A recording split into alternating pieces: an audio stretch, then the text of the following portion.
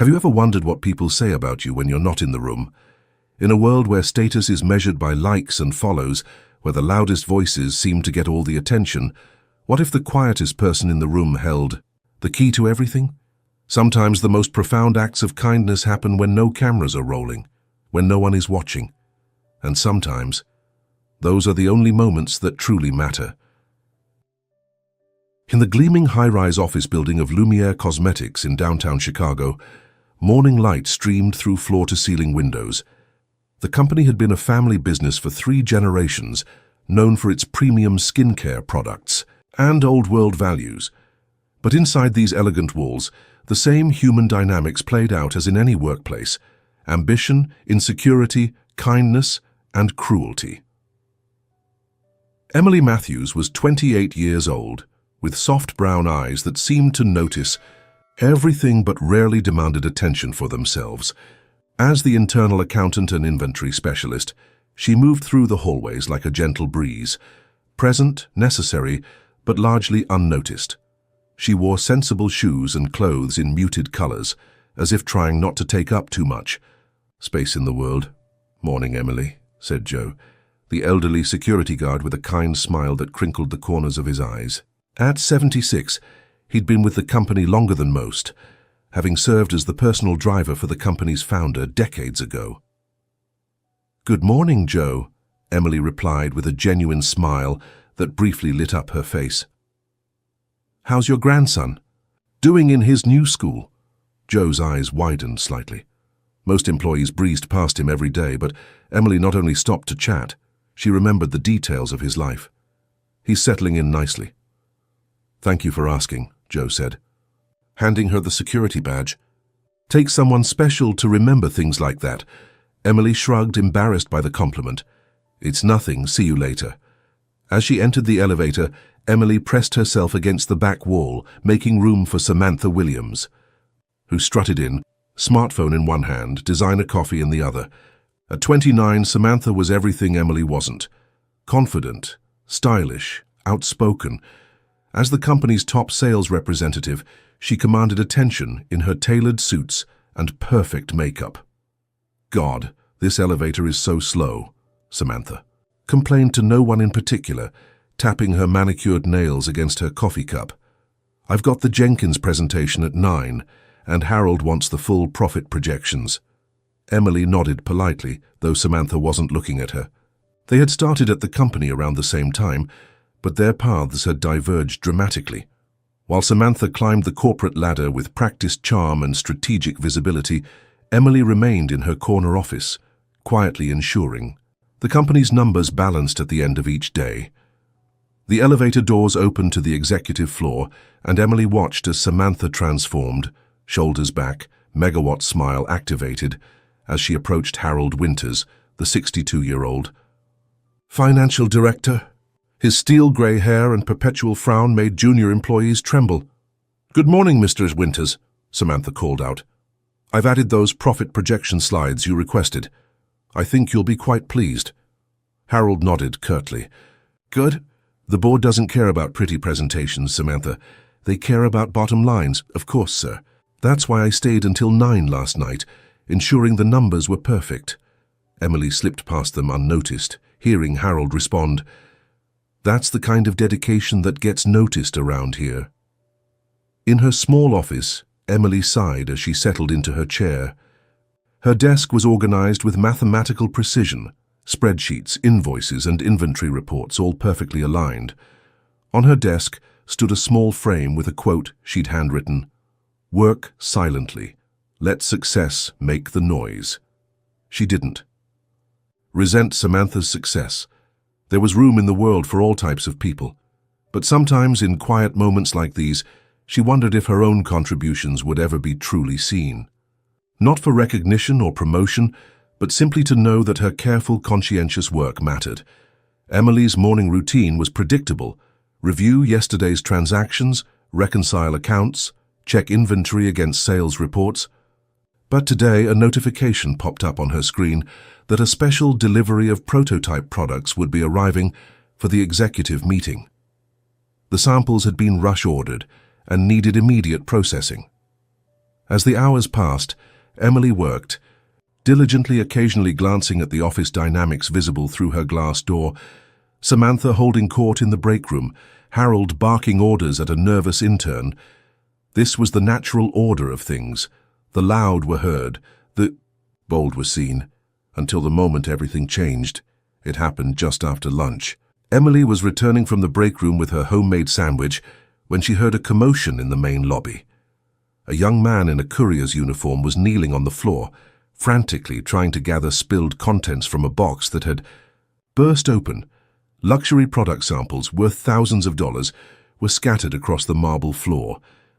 "Are you serious right now?" Samantha's voice cut through the hushed whispers. "Those are prototype products for the board presentation." The courier looked up, his face flushed with embarrassment. He appeared to be around 30, with unruly dark hair and kind eyes, currently wide with panic.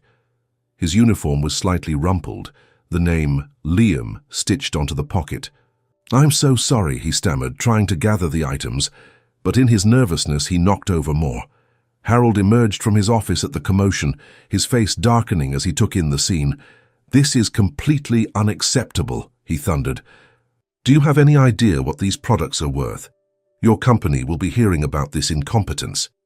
The courier seemed to shrink under Harold's verbal assault. Other employees gathered to watch the spectacle, some smirking, others averting their eyes from the uncomfortable scene. Something stirred in Emily. Before she could second-guess herself, she set down her lunch and walked forward, kneeling beside the flustered young man. "Let me help you," she said quietly, beginning to carefully gather the scattered products. Liam looked at her with surprise and gratitude. Up close, Emily noticed his eyes were an unusual shade of blue-gray, the same distinctive color as the company's founder in the portrait hanging in the lobby. "The floor is quite slippery here," Emily said, raising her voice slightly as she looked up at Harold. "And the box seems to have been overpacked. It might not be entirely his fault." A hush fell over the lobby. No one spoke to Harold that way, certainly not quiet Emily from accounting. Harold's eyebrows shot up. "Ms. Matthews, this is hardly your concern. These are expensive prototypes, and carelessness is carelessness." "Yes, sir," Emily replied, continuing to help Liam gather the products. "But sometimes accidents happen to even the most careful people. The products appear undamaged." Liam stared at her, this stranger coming to his defense when everyone else had been content to watch his humiliation. "Thank you," he whispered. As they finished collecting the products, Emily helped Liam secure them in a new box from the supply room. The crowd dispersed, show over, and Harold retreated to his office with a final disapproving glance. "I really appreciate that," Liam said when they were alone. "You didn't have to step in." Emily shrugged, suddenly self-conscious. "It wasn't right, how they were treating you. Anyone would have helped, but no one else did," Liam pointed, out with a small smile. "I'm Liam, by the way." Emily... She returned his smile briefly before glancing at the clock. "I should get back to work." As she turned to leave, Liam called after her. "I make deliveries here twice a week. Maybe I'll see you around." Emily felt a small unexpected flutter in her chest. "Maybe," she replied, before hurrying back to the safety of her numbers and spreadsheets. What Emily couldn't know was that this small act of kindness, defending a clumsy courier when no one else would, had just changed the trajectory of her life. Because Liam was no ordinary delivery man, and his gratitude would prove to be anything but ordinary. If this story reminds you of someone in your life, someone whose quiet kindness often goes unnoticed, take a moment to let them know. They matter. The world needs more Emilys. Now let's see what happens when kindness meets a hidden truth. Over the next few weeks, Emily found herself looking forward to Tuesdays and Thursdays, the days Liam made deliveries to Lumiere Cosmetics. Their interactions were brief, but brightened her otherwise routine days. Unlike most people at work, Liam seemed genuinely interested in her thoughts, asking questions about her job and listening to her answers as if they mattered. "So you basically make sure all the money goes where it's supposed to?" he asked one Thursday, lingering by her office door after delivering a package. Emily smiled. "That's the simple version, yes. I track every dollar that moves through. The company, inventory costs, sales, operational expenses. Numbers don't lie or play office politics. They just are. Must be nice, Liam said thoughtfully. Working with something honest. There was something different about him. Despite his humble position, he asked insightful questions about the company's operations, seeming particularly interested in the company culture and how different departments interacted. Why all the questions about the company? Emily asked eventually. Thinking of applying for a job here, Liam had paused before smiling enigmatically. Let's just say I'm evaluating my options. As they grew more comfortable with each other, Emily learned that Liam had recently returned to Chicago after years abroad, though he remained vague about his past. In turn, she found herself sharing more than she normally would about her parents' small bookshop in Michigan, her love of photography, and her dream of someday traveling to Japan. You should go, Liam had encouraged. What's stopping? Emily had shrugged. Responsibilities, bills, reality. Reality is what we make it, he'd replied with surprising intensity. Don't let other people's limitations become your own. Their growing friendship didn't go unnoticed.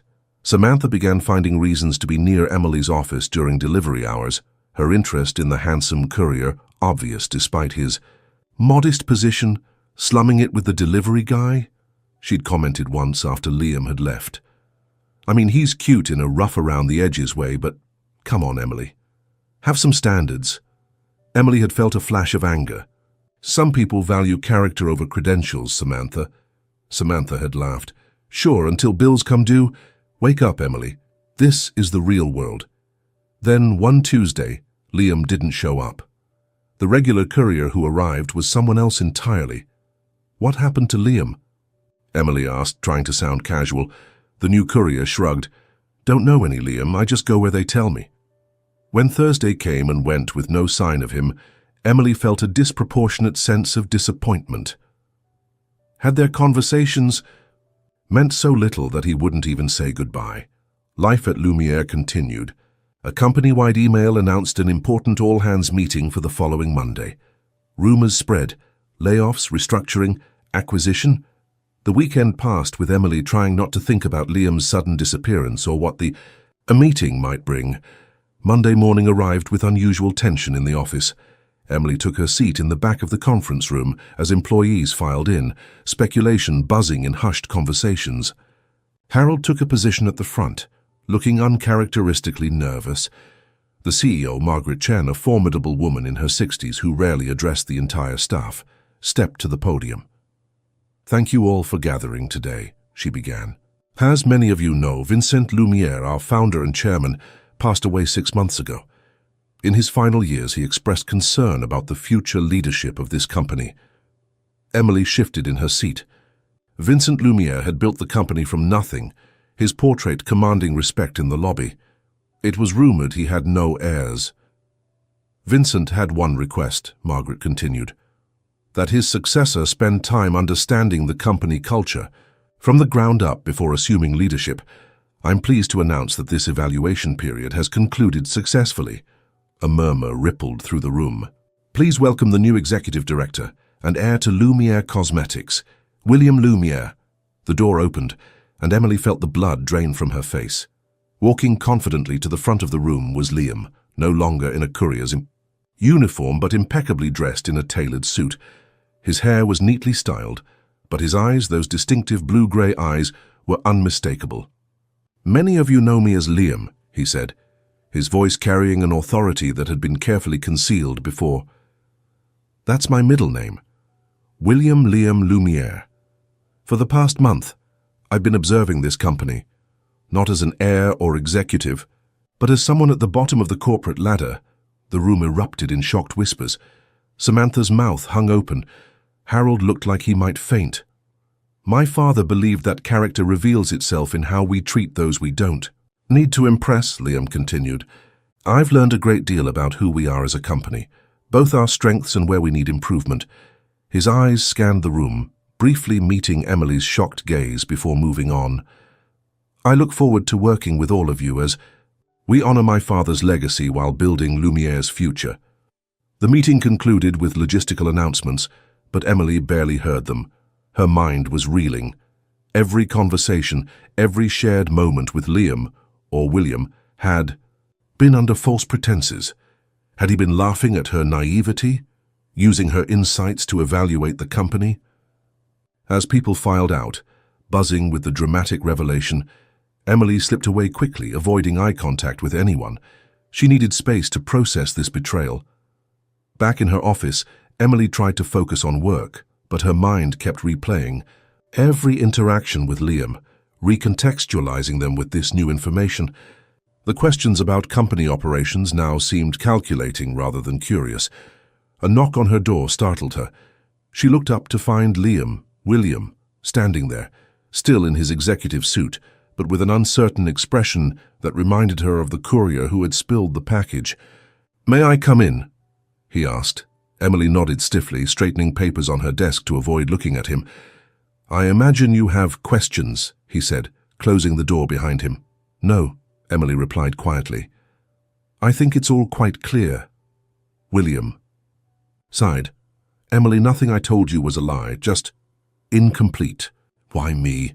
she asked, finally meeting his gaze. "Was I some kind of experiment in how the little people think?" Pain flashed across his face. "No, never that." He paused, choosing his words carefully. "That first day, when everyone else was content to watch me fail, you stepped forward. Do you know how rare that is? A person who does the right thing when there's nothing to gain from it?" Emily looked away. "I didn't do it to gain anything." "Exactly," William said earnestly. "That's what made it remarkable. After that, I just wanted to know you better. The conversations we had were real, Emily." Before she could respond, another knock interrupted them. Samantha entered without waiting for a response. Her expression transformed from the contempt she'd shown the courier to radiant charm for the company heir. "William, I've prepared some sales projections I think you'll find fascinating. I'd love to discuss them over lunch." The contrast was so stark that Emily almost wanted to laugh. Instead, she used the interruption to stand up. "I have work to finish. Congratulations on your new position, Mr. Lumiere." She brushed past them both, hearing William call after her, but she didn't turn back. The days that followed were uncomfortable. Emily maintained her professional routine while avoiding any unnecessary interaction with the new executive director.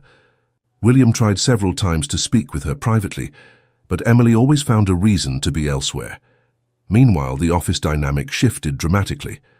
Samantha attached herself to William's orbit, highlighting her accomplishments and offering strategic insights at every opportunity. Harold, after recovering from the shock of having berated the founder's son, became obsequiously deferential. Only Joe, the elderly security guard, seemed unsurprised by the revelation. "You knew, didn't you?" Emily asked him one morning. Joe's eyes twinkled. "I was Vincent's driver for 20 years. That boy has his father's eyes, and his way of testing people's true character." A month passed. Emily maintained her distance, burying herself in work. She declined the company gala, despite it being the social event of the year, unwilling to watch Samantha's inevitable triumph in securing the new director's favor. Then came the day that upended everything again. Emily was working late, reconciling a discrepancy in the travel expense accounts. The office was nearly empty when Harold appeared at her door, his expression grim. "Miss Matthews, there's a serious issue with the Executive Emergency Fund. $10,000 is unaccounted for, and the last person to access the records." "Was you?" Emily stared at him in disbelief. "That's impossible. I balance those accounts daily." "Nevertheless, the money is missing, and the transaction logs show your security credential. I've informed Mr. Lumiere. Consider yourself suspended pending investigation." Emily felt as if the floor had vanished beneath her. In 8 years of accounting work, she had never made an error of this magnitude, let alone misappropriated funds. "There must be some mistake," she insisted. "The numbers don't lie, Ms. Matthews. Isn't that what you always say?" The next morning, Emily was called to the boardroom. Her hands trembled as she entered to find William sitting at the head of the table, Harold to his right, and Samantha surprisingly present as well, a concerned expression carefully arranged on her face. "Emily, please sit down," William said. Formally, his eyes revealed nothing of their former warmth. "I understand there's been an accusation," Emily said, her voice steadier than she felt. "I want to state categorically that I have never taken company funds or falsified records." Harold pushed a folder toward her. "The evidence suggests otherwise." Emily examined the documents, her accounting mind quickly spotting irregularities. "These entries have been altered. This isn't how I format my reports." "Convenient excuse," Samantha murmured. Emily looked up sharply. "Why are you even in this meeting, Samantha? This isn't a sales issue." An uncomfortable silence fell. Then William spoke. "Samantha asked to be present as a character witness. She's expressed concerns about your emotional state since my identity was revealed. The implication was clear. Rejected by the boss, the quiet accountant sought revenge. The perfect narrative." Emily felt cold anger replacing her fear. "I see, so I'm not just incompetent but unstable as well?" "No one is saying that," Harold interjected unconvincingly. "Miss Matthews," William said, reverting to formal address. "Given the seriousness of this discrepancy, we need to—" The boardroom door opened, interrupting him. Joe, the security guard, entered, something both shocking and deeply inappropriate in a high-level disciplinary meeting. "Excuse the interruption," Joe said, nodding respectfully to William, "but I believe this is relevant to your discussion." He placed a tablet on the table and pressed play. Security footage appeared, showing the accounting office after hours. A figure entered, Samantha using what appeared to be a copied security card. The timestamp showed 11:42 p.m., 3 days earlier. The IT department confirmed that Ms. Williams accessed the emergency fund records using Ms. Matthews' credentials, Joe said calmly. "They can verify the exact files that were modified." The room fell silent, Samantha's face drained of color. "That's ridiculous," she sputtered. "This video could be doctored. Joe has always favored Emily." William's expression had darkened. "Harold, please escort Ms. Williams to the IT department. I want a full audit of system access for the past week." When they had left, Emily sat in stunned silence, waves of relief and lingering anger washing over her. "I owe you an apology," William said quietly. Emily shook her head. "You believed I was capable of theft based on circumstantial evidence. That's what hurts." "No," William responded firmly. "I called this meeting to expose who was behind this. I never believed you were capable of this, Emily. I know who you are." "Do you?" she challenged. "Because the Emily who helped a clumsy courier and the executive accountant accused of theft are the same person. If you trusted one, you should have trusted both." William was silent for a moment. "You're right," he finally said. "I should have told you what we suspected, but IT needed time to trace the security breach. I couldn't risk tipping off the real culprit." He looked at Joe. "Thank you. That will be all." Joe nodded and left, but not before giving Emily a reassuring smile. When they were alone, William's formal demeanor fell away. "Emily, the reason I recognize this wasn't you is because in all my time observing this company, you were the only person who showed consistent integrity, whether dealing with a delivery man or an executive. That kind of character doesn't change based on circumstance." Emily wanted to maintain her anger, but the earnestness in his voice made it difficult. "So what happens now?" she asked. William leaned forward. "That depends. The company needs people with your integrity, Emily, not just your accounting skills. I'd like to offer you the position of head of financial ethics, reporting directly to me." Emily blinked in surprise. "Because I didn't steal from—" "Kill me," William smiled ruefully. "Because when you thought I was nobody, you treated me with dignity. Because when everyone was climbing over each other to impress the boss, you stood your ground and held to your principles. That's the leadership this company needs."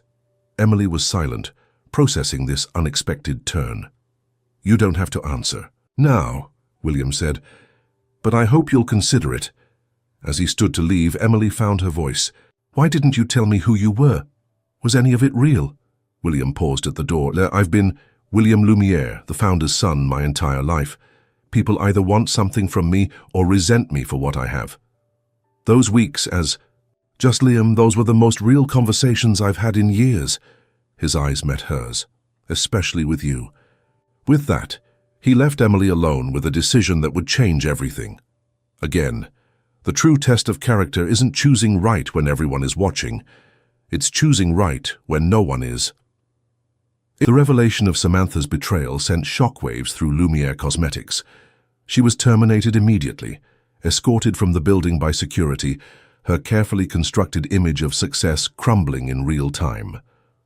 The emergency fund was restored, and Emily received a formal apology from Harold, who looked genuinely chastened by the experience. For days, Emily considered William's offer. The position would mean a significant promotion, more responsibility, and working closely with William himself, a prospect that both intrigued and unsettled her. Could she trust him again? One evening, as she was leaving late, she encountered Joe preparing to end his shift. "Got a minute?" the elderly security guard asked. They sat in the quiet lobby, the building nearly empty around them. "I knew Vincent Lumiere for over 40 years, Joe began. Drove him everywhere, heard his dreams for this company. He built it on one principle: quality matters more than packaging." Emily nodded. The company's products were renowned for their effectiveness, not just their marketing. When his son was born, William, Vincent worried. The boy grew up privileged, surrounded by people who wanted things from him. Vincent feared William would never know who to trust. Joe looked at Emily meaningfully. "The Courier. Test was Vincent's idea originally. See who treats you well when they think you're nobody. William's been testing every branch of the company this way." "So it was all just a corporate strategy," Emily said, trying to hide her disappointment. Joe shook his head. "Strategy turned into something real the moment you helped him with those scattered packages. I watched that boy's face. He wasn't evaluating an employee. He was seeing a genuine human being for maybe the first time in his corporate life." Emily was silent, processing this. "Vincent would have liked you," Joe added softly. "He believed the true measure of success wasn't profit margins, but the character of the people in your corner." The next morning, Emily requested a meeting with William. He welcomed her into his office, formerly his father's, where the imposing desk and corporate accolades seemed at odds with the uncertain young man who had once delivered packages. "Have you made a decision?" William asked. "Before I answer," Emily replied, "I need to know something. This new position, is it because you feel you owe me for uncovering Samantha's actions, or because of whatever happened between us when you were Liam?" William considered her question carefully. "Neither," he finally said. "It's because this company was built on integrity, not just profit. My father understood that. I'm trying to honor that legacy by putting people of character in positions of influence." He stood, walking to the window overlooking the Chicago skyline. "For 3 years, I worked in our international offices, learning the business from different perspectives. But my father insisted I couldn't lead until I understood who people were when status and power were removed from the equation." Turning back to Emily, his expression was vulnerable in a way that reminded her of the courier who had spilled packages. "What happened between us wasn't planned, Emily. It was the most authentic connection I've had since my father died." Emily felt her resolve softening. "And the promotion is because you're exceptionally good at your job and uncompromising in your ethics. The company needs that. I need that, regardless of personal feelings." Emily took a deep breath. "Then I accept the position." William's face brightened. "Really?" "On one condition," she added, "that we establish clear ethical guidelines for the entire company, not just finance. What happened with Samantha wasn't just about money. It was about a culture. That rewarded appearance over substance." William nodded thoughtfully. "You're right. Will you help me create those guidelines?" "That's what you're hiring me for, isn't it?" Emily smiled, and for the first time since discovering his true identity, it reached her eyes. Over the following months, Emily worked closely with William to implement new company values.